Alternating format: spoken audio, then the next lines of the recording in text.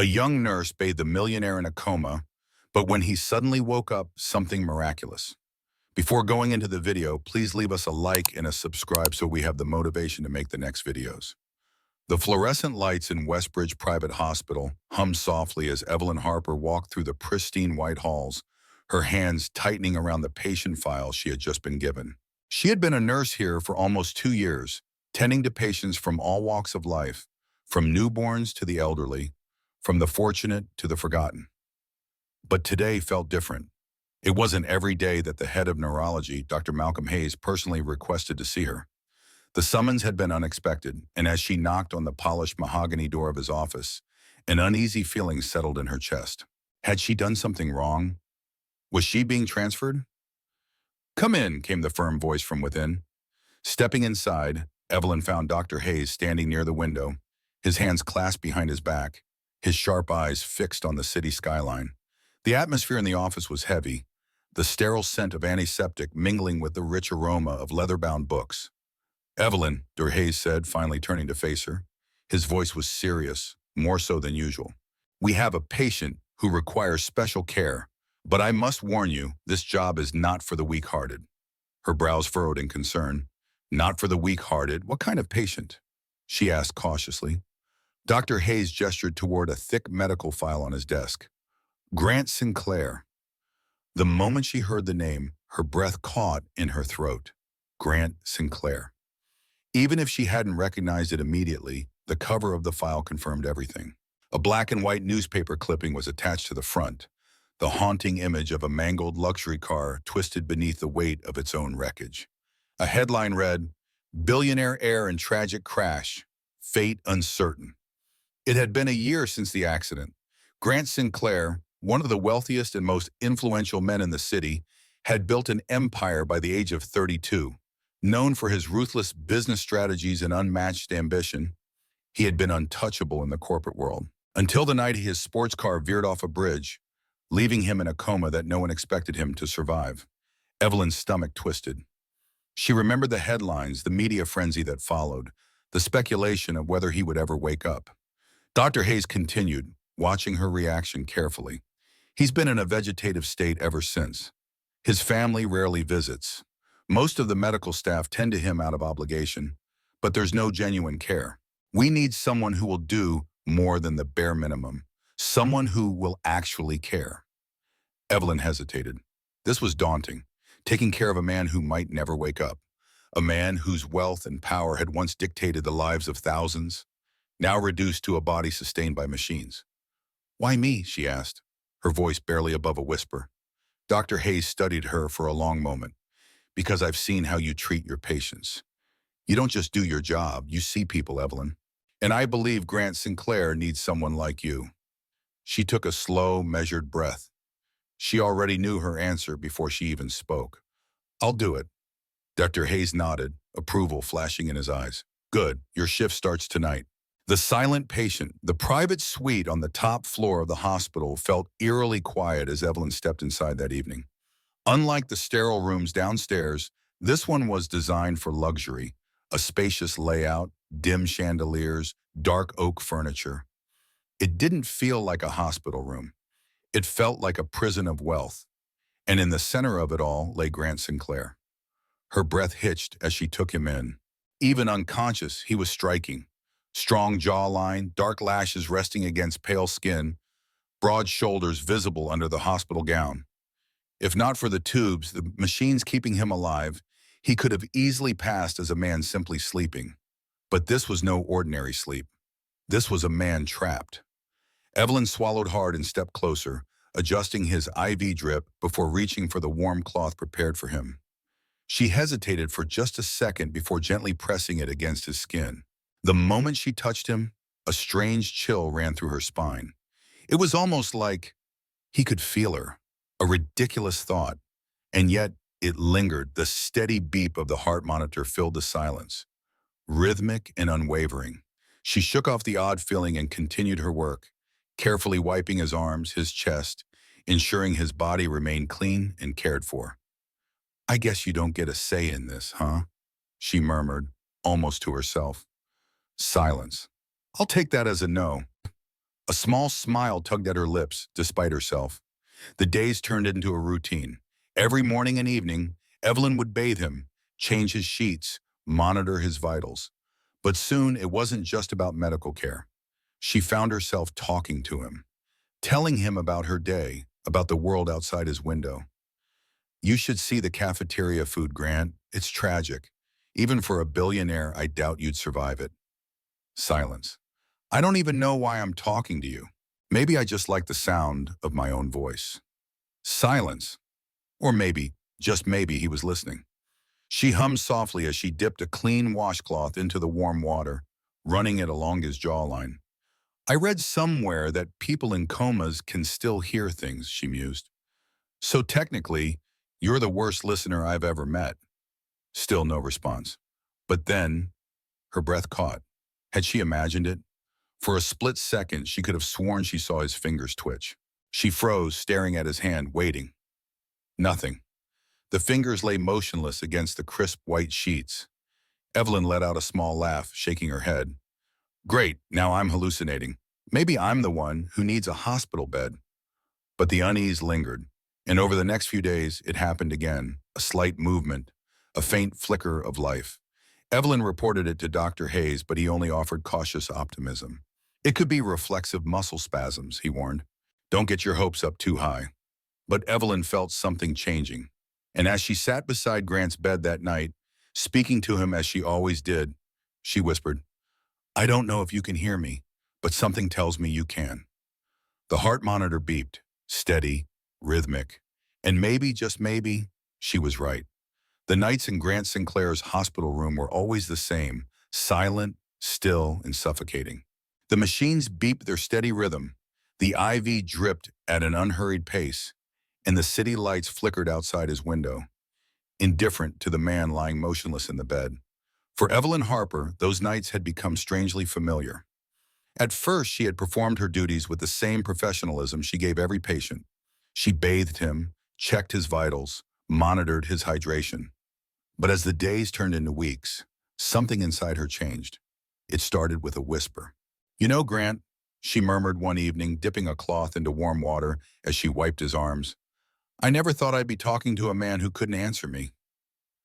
Silence. She glanced at his face, his strong jawline still as stone, his dark lashes unmoving against his pale cheeks. But here we are, she continued, forcing a chuckle. I read somewhere that people in comas can hear us. Maybe it's just a myth, but I like to think you're listening. Again, no response. Yet something in the air felt different, like the very room was holding its breath, waiting. The weeks passed, and the conversations became more natural.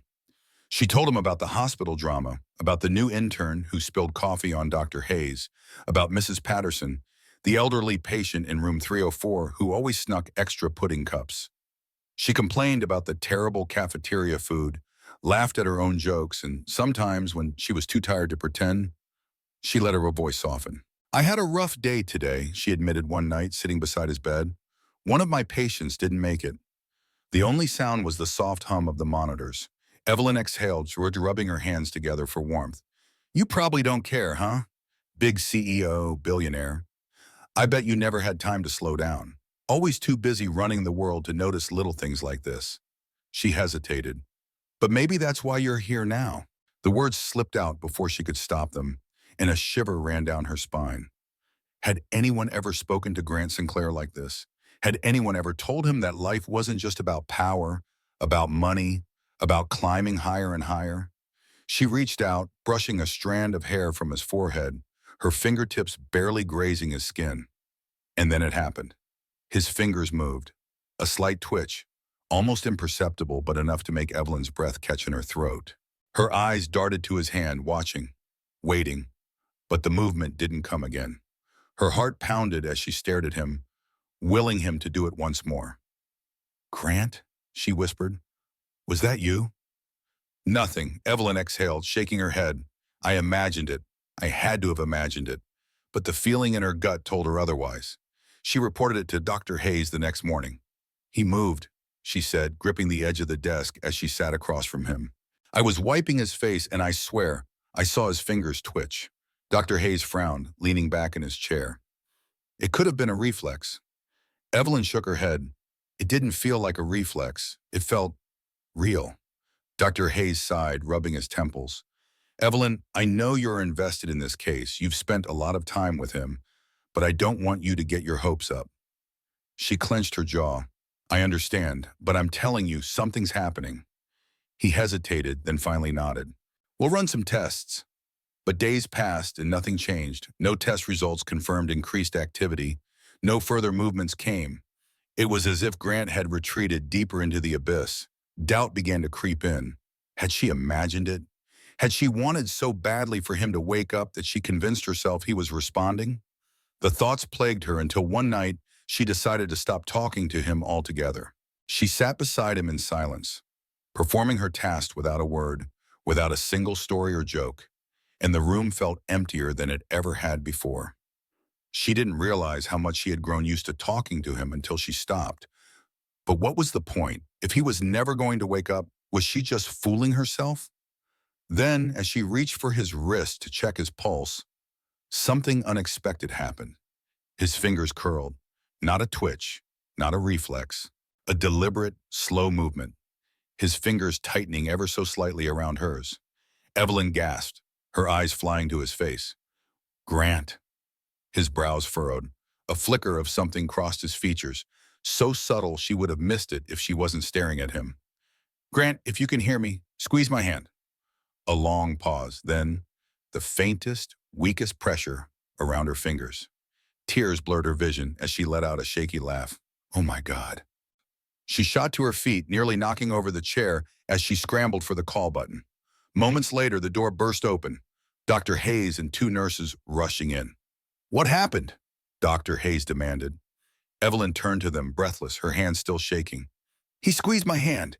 He squeezed my hand. Dr. Hayes' skeptical expression vanished as he rushed to the bedside, checking Grant's vitals, his pupils, his reflexes. The monitors beeped steadily, and as everyone hovered over him, hoping, waiting, Grant's fingers twitched again. A slow exhale rippled through the room. Dr. Hayes turned to Evelyn, his voice laced with disbelief. He's responding. Evelyn pressed a hand to her chest, the weight of the moment sinking in. She had been right all along, and now there was no turning back. Grant Sinclair wasn't lost in the darkness. He was fighting to come back, and somehow, deep down, she knew. He had been listening to her all this time. The sterile hum of machines had become a part of Evelyn Harper's life. The beeping heart monitor, the slow, rhythmic flow of oxygen, the occasional hiss of the ventilator, all sounds that, after weeks of caring for Grant Sinclair, had become as familiar to her as her own heartbeat. But despite the steady routine of cleaning, monitoring, and speaking to him, something inside her had changed. She wasn't just caring for a patient anymore. She was waiting for him. She didn't know why, but she believed in something the doctors had dismissed, a feeling deep in her gut that Grant wasn't entirely gone, that somewhere in the abyss of his unconsciousness, he was fighting. And then, one night, he gave her proof. It was a quiet evening, the kind where the world outside felt distant, the hospital's sterile walls separating them from the rush of reality. Evelyn sat beside Grant's bed, reading aloud from an old book she had brought from home. It was something she had started doing when the silence became unbearable, her voice filling the empty space where his should have been. But tonight, as she turned a page, something shifted, a flicker of movement. At first, she thought she had imagined it. Her eyes snapped to his hand, watching closely. The fingers twitched so faintly it could have been a trick of the dim light. Her breath caught. Grant? No response. She reached out hesitantly, placing her fingers over his, feeling for anything, any warmth, any pressure. Nothing. Her shoulders sagged. Maybe she was imagining things. Maybe she wanted so badly for him to come back that her mind was playing tricks on her. With a sigh, she went back to reading. But then, a squeeze. Weak, uncertain, but real. Her book fell to the floor. She gasped, her heart racing as she stared down at his fingers curled slightly around hers. Grant, can you hear me? She held her breath, waiting. Nothing. But the damage was done. Hope had already taken root in her chest. The next morning, she reported it to Dr. Hayes. I swear I felt it, she said urgently, sitting across from him in his office. It wasn't a reflex. It wasn't. Dr. Hayes sighed, rubbing his temples.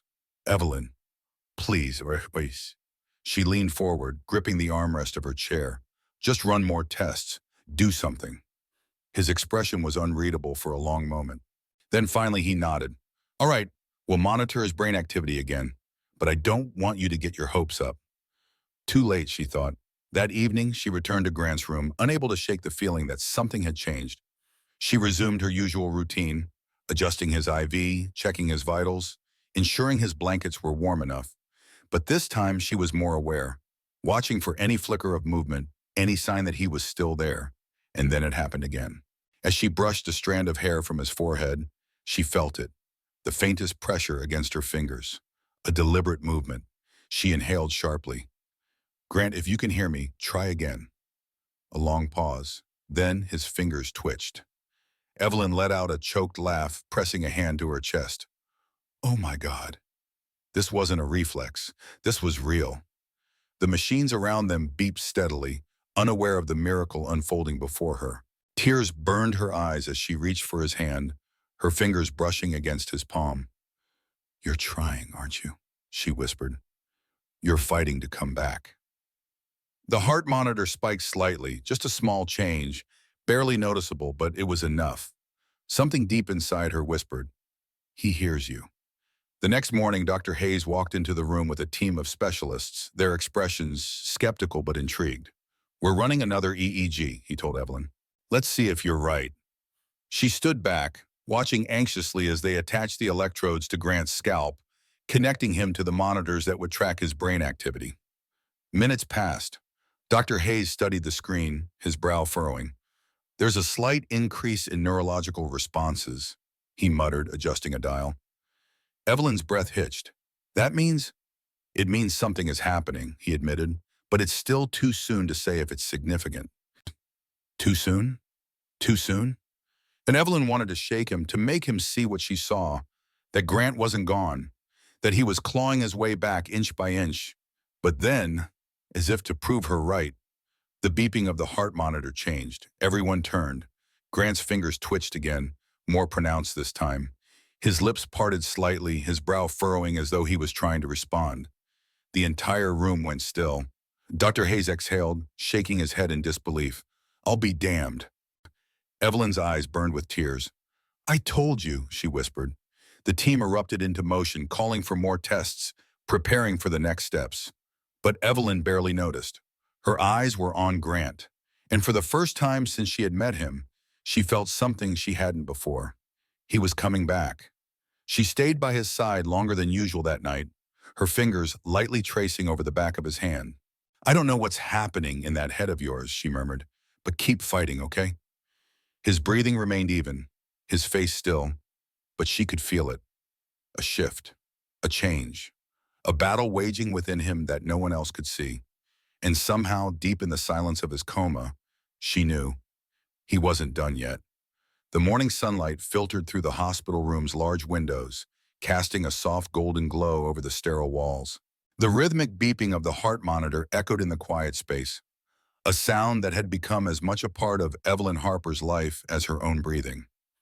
It had been weeks since she first noticed the small signs, the twitch of his fingers, the flicker of his eyelids, the faintest squeeze of her hand. Each one had been like a whispered promise, a silent battle waged deep inside Grant Sinclair's unconscious mind. But today was just another day, another routine, and another round of waiting for a miracle that no one else believed would come. Evelyn rolled up her sleeves, dipping a warm cloth into a basin of water, wringing it out before gently wiping Grant's face. His skin was still pale, his features sharp yet softened by the stillness of his coma. She had grown so used to seeing him like this, motionless, silent, lost in the void of unconsciousness. You know, Grant, she murmured, her voice barely above a whisper, I was thinking about getting a dog. I need someone to listen to me who won't just lie there ignoring me all day. Silence. She sighed, shaking her head as she wiped his arm. Rude, I was just making conversation. Then, as she moved the cloth over his wrist, something changed. A small shift, a flicker of movement. The fingers beneath hers twitched. But this time it wasn't just a spasm, it was deliberate. Evelyn froze. Her breath caught in her throat as she stared at his hand, waiting, watching, and then, before she could even comprehend what was happening, his fingers closed around her wrist. A weak grip, shaky and uncertain, but real. Her heart pounded. Grant? She looked up, her pulse hammering against her ribs.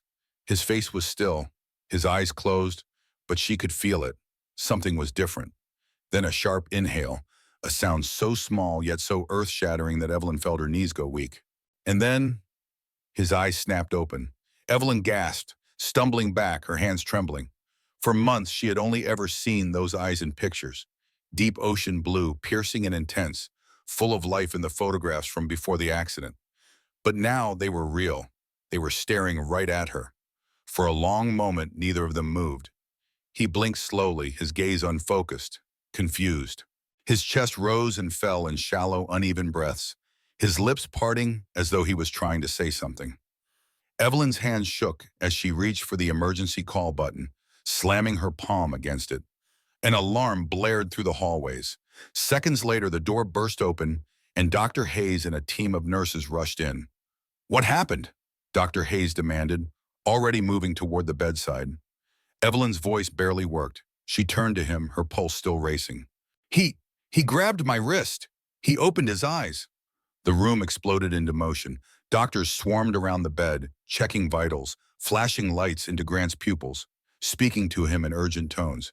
"Mr. Sinclair, can you hear me?" Grant's lips moved, his throat working as if struggling to form words. Evelyn couldn't move, couldn't breathe.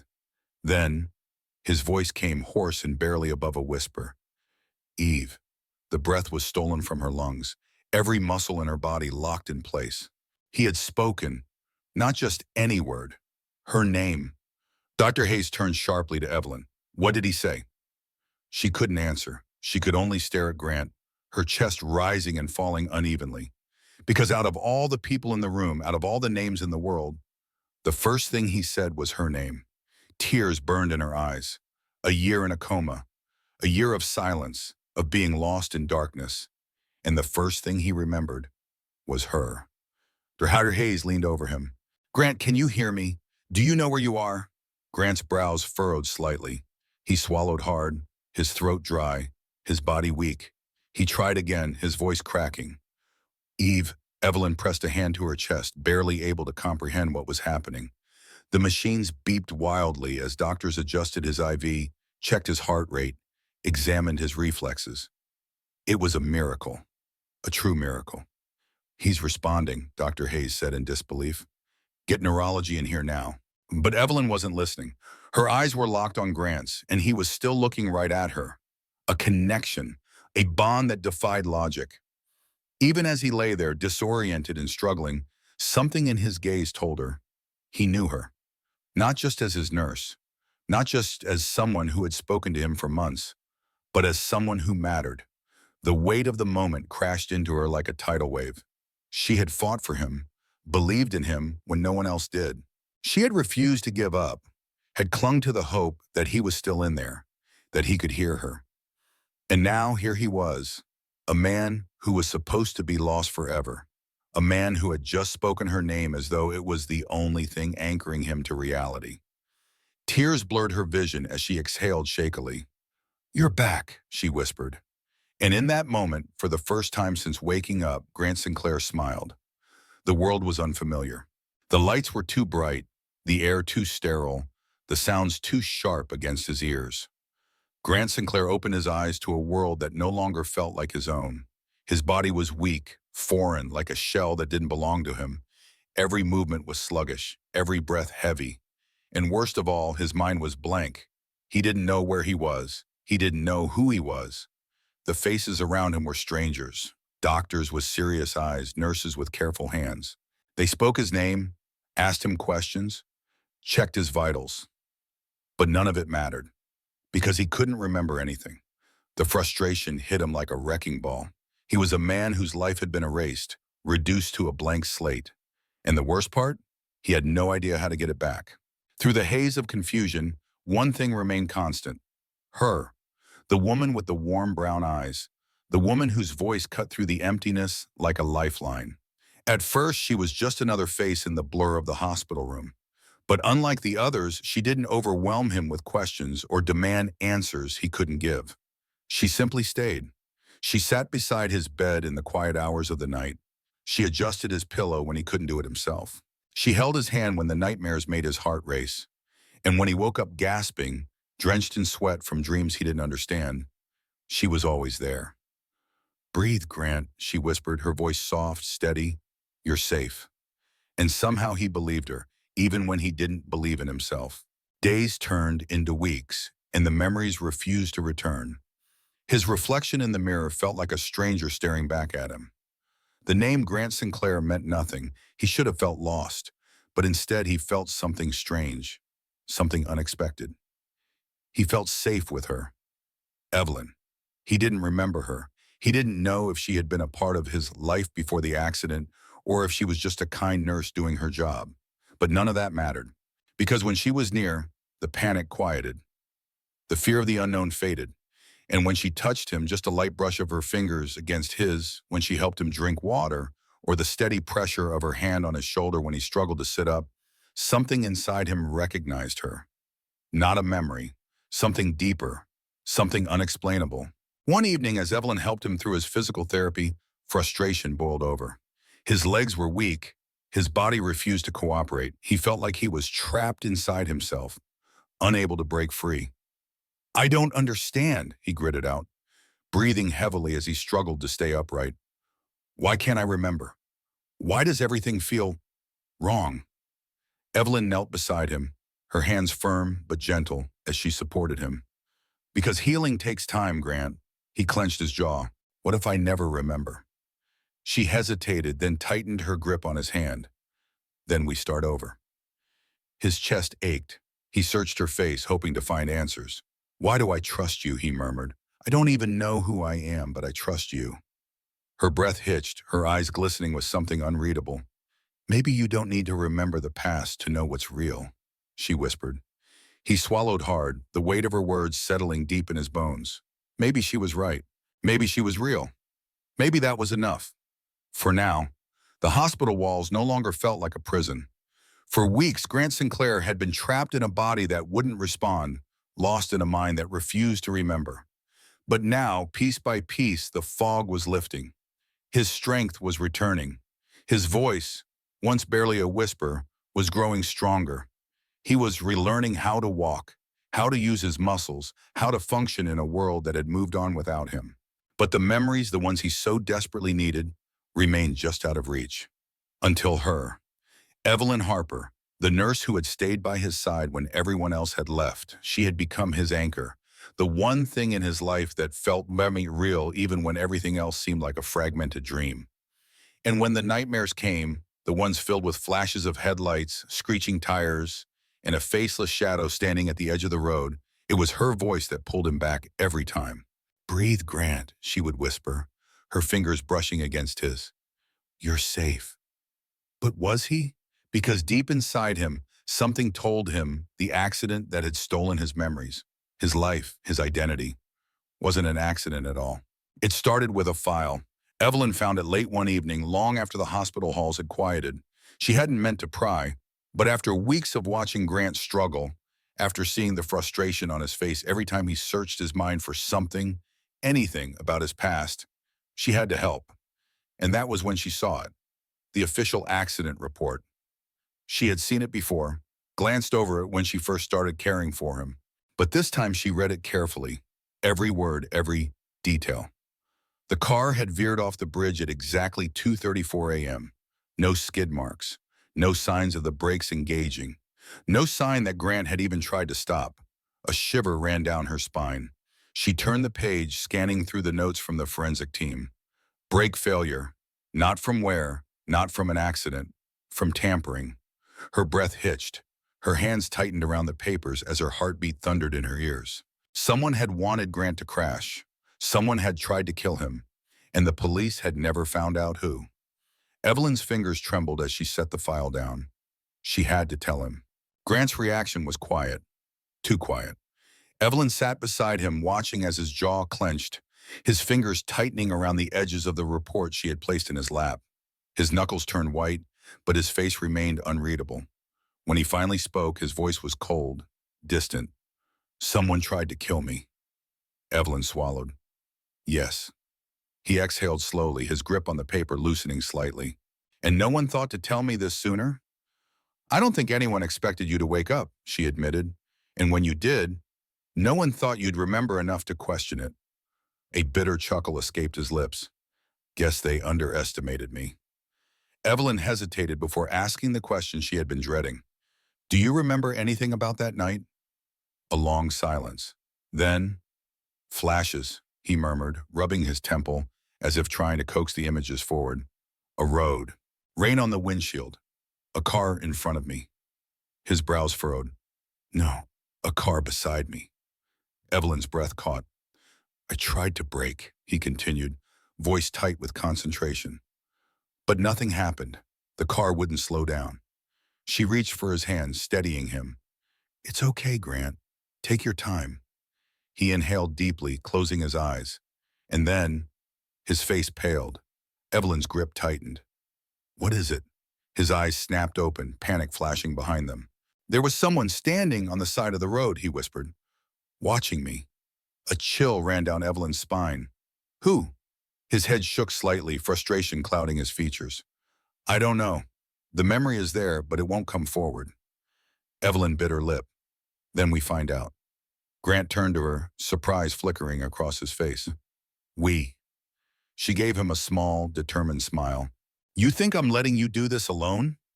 Something in his expression softened, but the steel in his eyes remained. Whoever had tried to kill him, they weren't finished yet, and Grant Sinclair was ready for a fight. They started with security footage.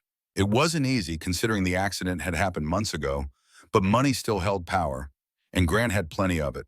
Within days, they had access to the traffic camera feeds from the area near the crash site, and that was when they saw him, the figure standing on the side of the road.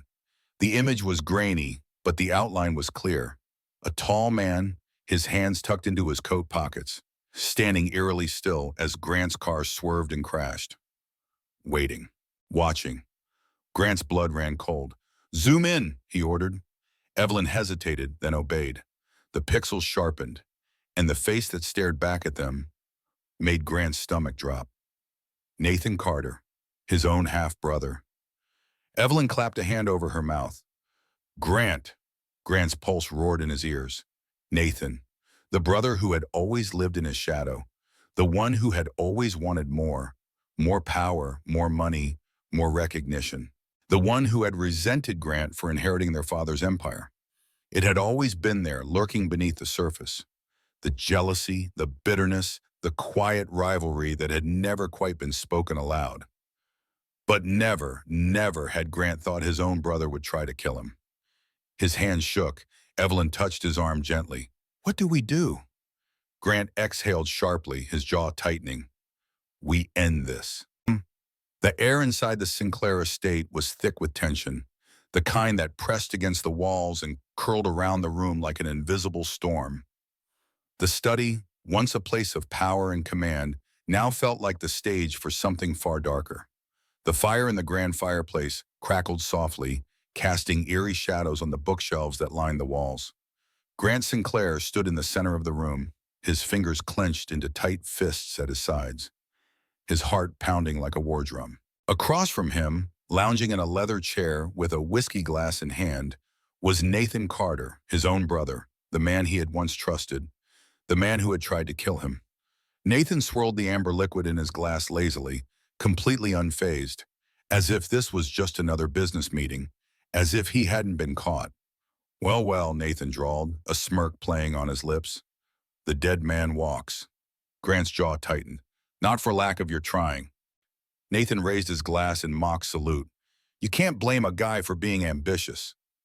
Ambitious. Grant felt rage coil inside him like a snake ready to strike. This wasn't ambition. This was betrayal. His own brother had stood on the side of the road, watching as his car spiraled out of control, watching as he crashed, waiting for the moment when Grant Sinclair would no longer exist. Nathan had wanted the empire, the fortune, the power, and he had been willing to kill for it. Evelyn stood beside Grant, her presence a silent pillar of strength.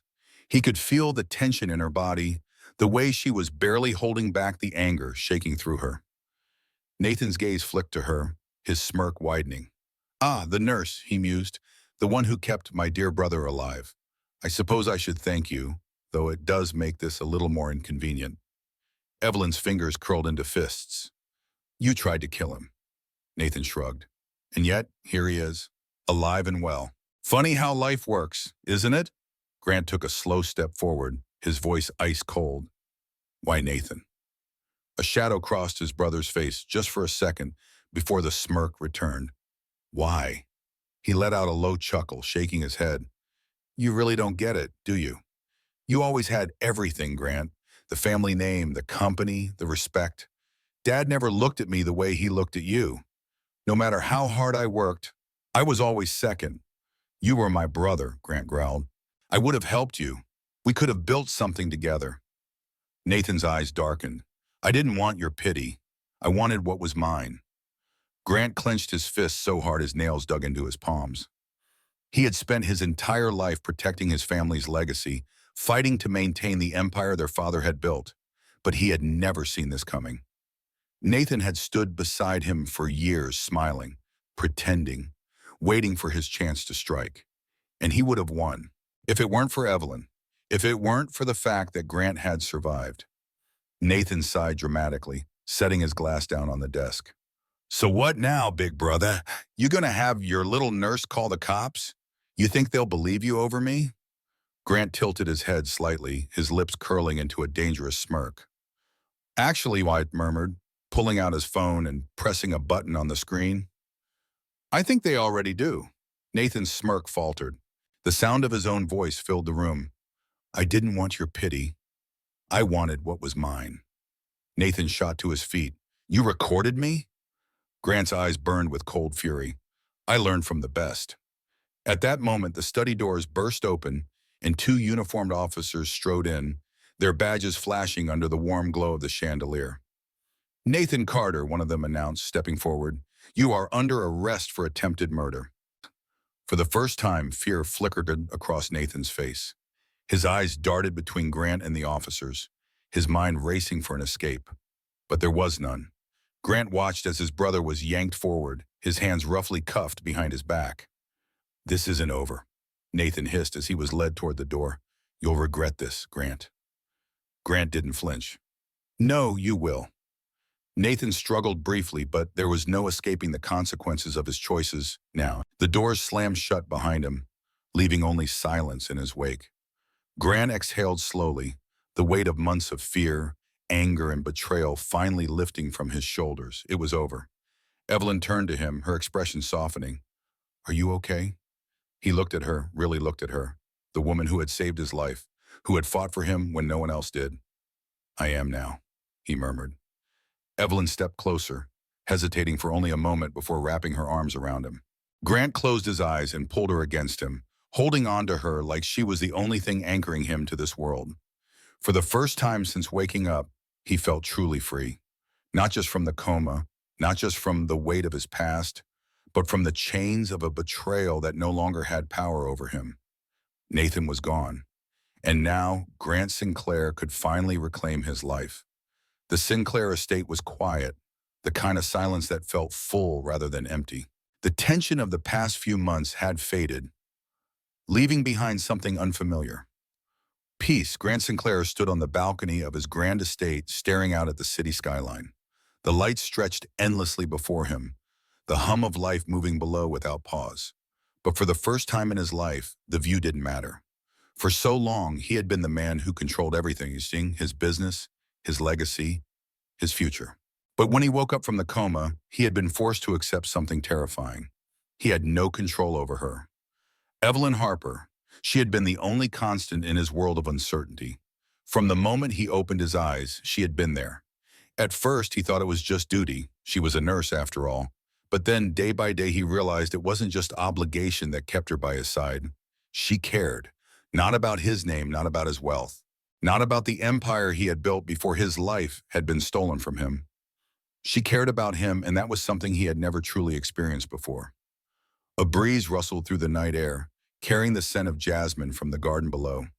He exhaled slowly, his fingers tightening against the railing. Tonight had to be perfect, because tonight, for the first time in his life, Grant Sinclair was going to take a risk he couldn't control. He was going to tell Evelyn how he felt. Inside, Evelyn stood near the grand dining table, her fingers nervously brushing the fabric of her dress. She wasn't sure why she felt nervous. It was just dinner. Wasn't it? She had been hesitant when Grant invited her, unsure of what this meant. Ever since Nathan's arrest, things between them had changed, subtly, quietly, but undeniably. Grant had started looking at her differently, his gaze lingering when he thought she wasn't paying attention. He found excuses to talk to her, to be near her, and worst of all, she liked it. She had spent months taking care of him, watching over him when he couldn't do it himself. And somewhere in between the late-night conversations, the stolen glances, the whispered reassurances when his nightmares woke him in the middle of the night, she had fallen in love with him. But she never allowed herself to hope for more. Because Grant Sinclair belonged to a different world. A world where women like her were temporary, replaceable. She wouldn't survive loving him if she was just another chapter in his story. Before she could dwell on it further, footsteps approached. She turned just as Grant entered the dining hall, dressed in a crisp black suit, his dark blue eyes locking onto hers instantly. Evelyn's breath caught. He looked different. Not just handsome, not just powerful, but sure. As if tonight something monumental was about to happen. "You came," he murmured, stepping closer. "You asked me to," she replied softly. His lips tilted in the faintest smile. "I was afraid you'd say no." Her brows furrowed. "Why would I say no?" Grant hesitated, then extended a hand toward her. "Come with me." She blinked in surprise, but placed her hand in his without question. He led her past the grand dining hall, past the extravagant chandeliers and the polished floors until they stepped outside onto the balcony overlooking the garden. A table for two had been set, bathed in the soft glow of candlelight. A gentle breeze carried the scent of lavender, mixing with the flickering warmth of the flames. Evelyn's heart pounded. This wasn't just dinner. This was something more. Grant pulled out her chair, waiting until she sat before taking the seat across from her. For a moment, neither of them spoke. Then finally he exhaled. "I don't think I ever thanked you." Evelyn frowned slightly. "For what?" Grant's eyes held hers. "For everything." She swallowed. "Grant, you don't have to." "Yes, I do." His voice was firm but not harsh. "You were there when no one else was, when my own family had given up on me. You fought for me even when I wasn't fighting for myself." He exhaled, shaking his head. "I don't know where I'd be if it wasn't for you." Evelyn felt her throat tighten. "You would have found a way," she whispered. "You always do." His lips pressed together, his gaze searching hers as if memorizing every detail. "I don't remember my life before the accident," he admitted. "But I know this. Since the moment I woke up, you've been the only thing that felt real." Evelyn's heart clenched. Grant leaned forward, his fingers grazing over hers on the table. "I used to think power was everything, that success was measured by how much control I had. But then I lost everything, and the only thing that mattered was you." Her breath hitched. "I don't know how it happened," he continued, his voice softer now, more raw. "I don't know when, but I do know this. I'm in love with you, Evelyn." The words crashed into her, stealing the air from her lungs. She stared at him, stunned, her pulse roaring in her ears.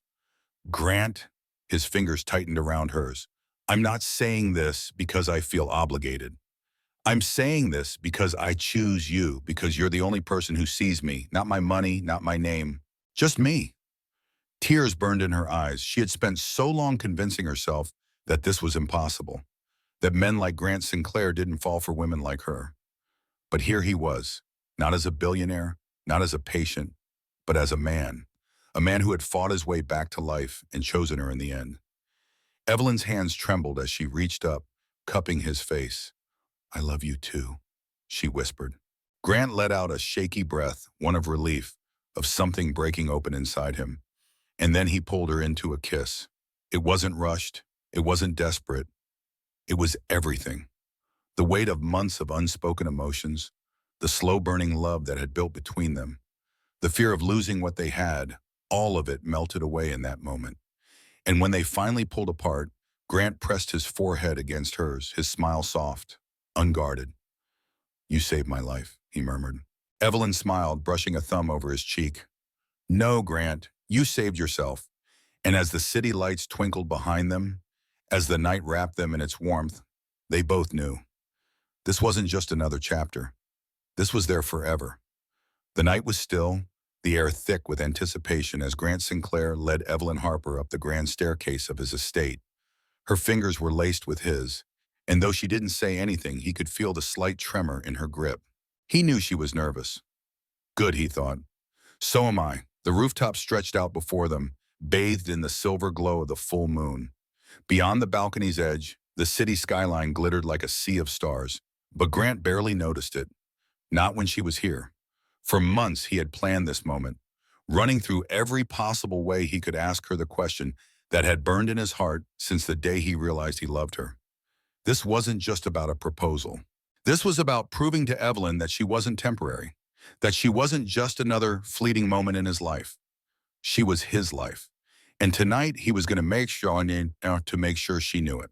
Evelyn stood still, staring out at the breathtaking view before turning to look at Grant. "Why did you bring me up here?" she asked softly. Grant swallowed, his heart pounding like a war drum against his ribs.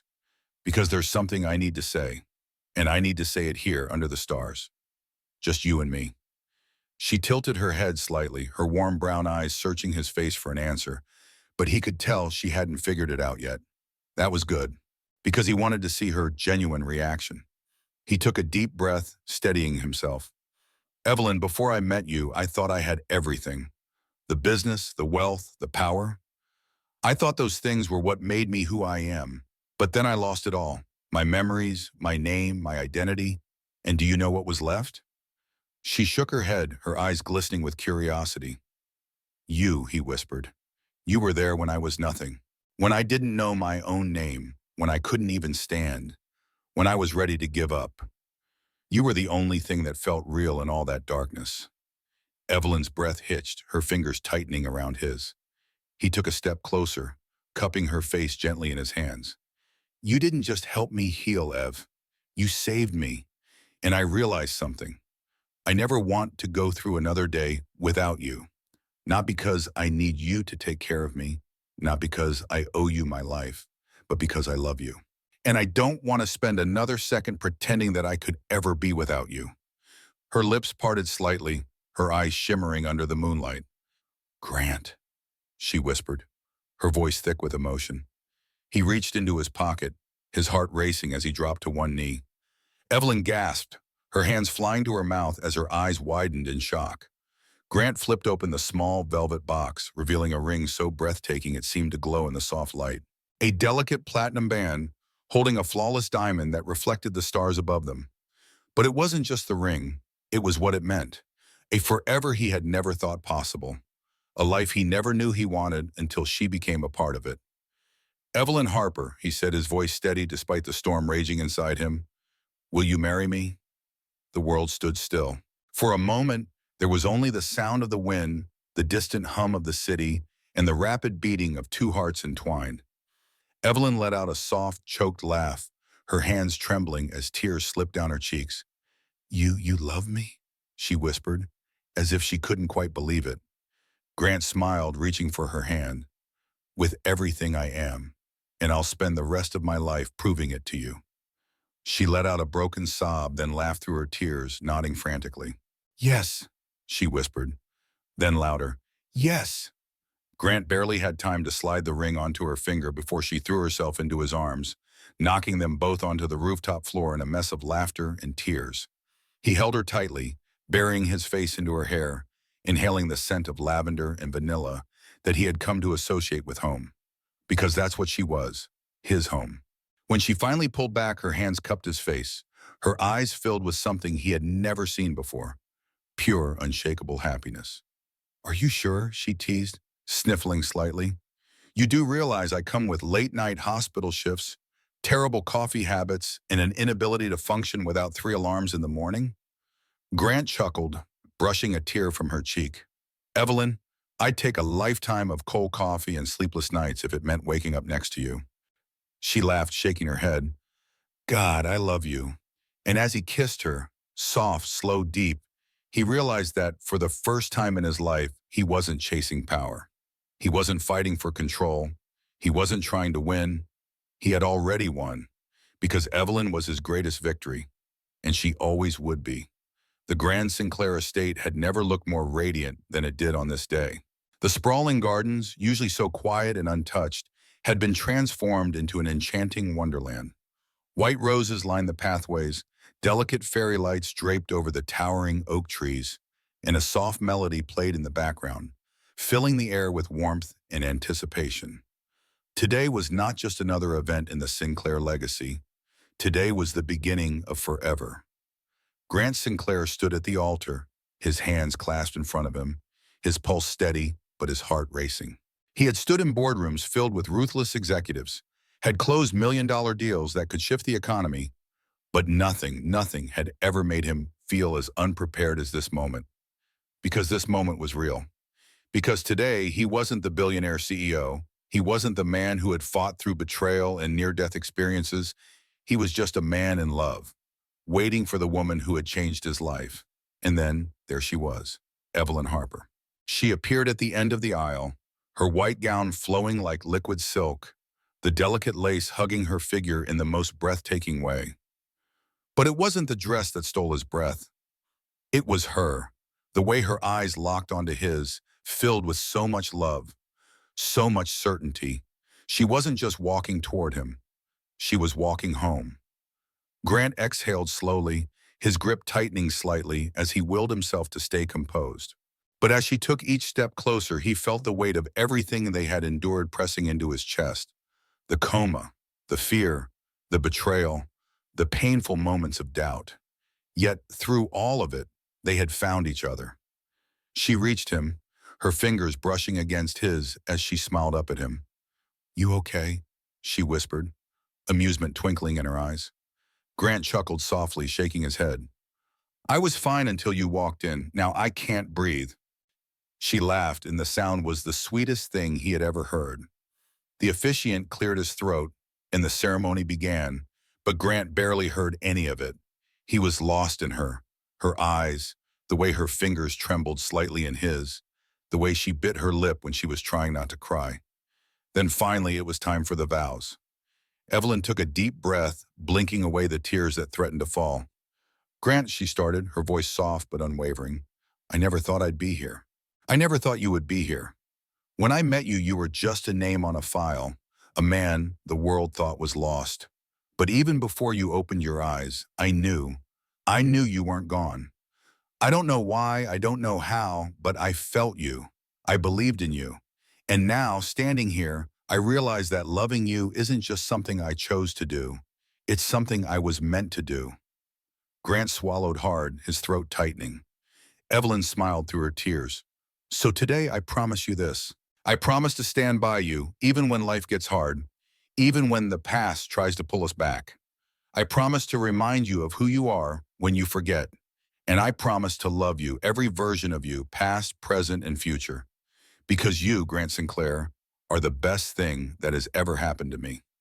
A murmur of emotion rippled through the crowd, but all Grant could focus on was the woman standing before him, the woman who had saved him in every possible way. He took a steadying breath, lifting her hands to his lips before speaking. "Evelyn," he began, his voice lower, heavier with emotion. "There was a time when I thought I had everything. And then, in one single moment, it was gone. And I thought I had lost myself along with it. But I was wrong, because even in my darkest moments, you were there. And I realized something. You weren't just my light. You were the only thing that mattered. You once told me that love isn't about grand gestures, about wealth or power. It's about showing up." He smiled slightly, his thumb brushing over her knuckles. "So I'm here, and I will be here every single day for the rest of our lives. Because I don't just love you, Evelyn. I choose you. Over and over, I choose you." Evelyn let out a soft sob, and Grant felt his own vision blur. The officiant smiled warmly. By the power vested in me, I now pronounce you husband and wife. Grant, you may kiss your bride. Grant didn't wait. He pulled Evelyn into his arms, his lips crashing into hers, sealing their promise with a kiss that held everything, every unspoken word, every late-night whisper, every battle they had fought to get here. The crowd erupted in cheers, but Grant barely heard it. All he knew was that she was his, and he was hers, forever. As they walked hand in hand into the reception, the energy was electric. Friends and family surrounded them, laughter and music filling the air. Grant watched Evelyn as she twirled under the string lights, her happiness radiating like the stars above. He leaned down, murmuring against her ear, "Do you regret saying yes yet?" She turned to him, smiling so brightly it made his chest ache. Not for a single second. And for the first time in his life, Grant Sinclair truly understood what it meant to be rich. Because wealth wasn't about money, it was about this, about the woman beside him, about the love they had built from the ashes. And as they danced under the moonlit sky, he knew one thing for certain. This was only the beginning of the greatest adventure of his life. Love isn't about power, wealth, or grand gestures. It's about showing up. It's about choosing the person who stands by you in your darkest moments, who sees you when you can't see yourself. What do you think about their love story?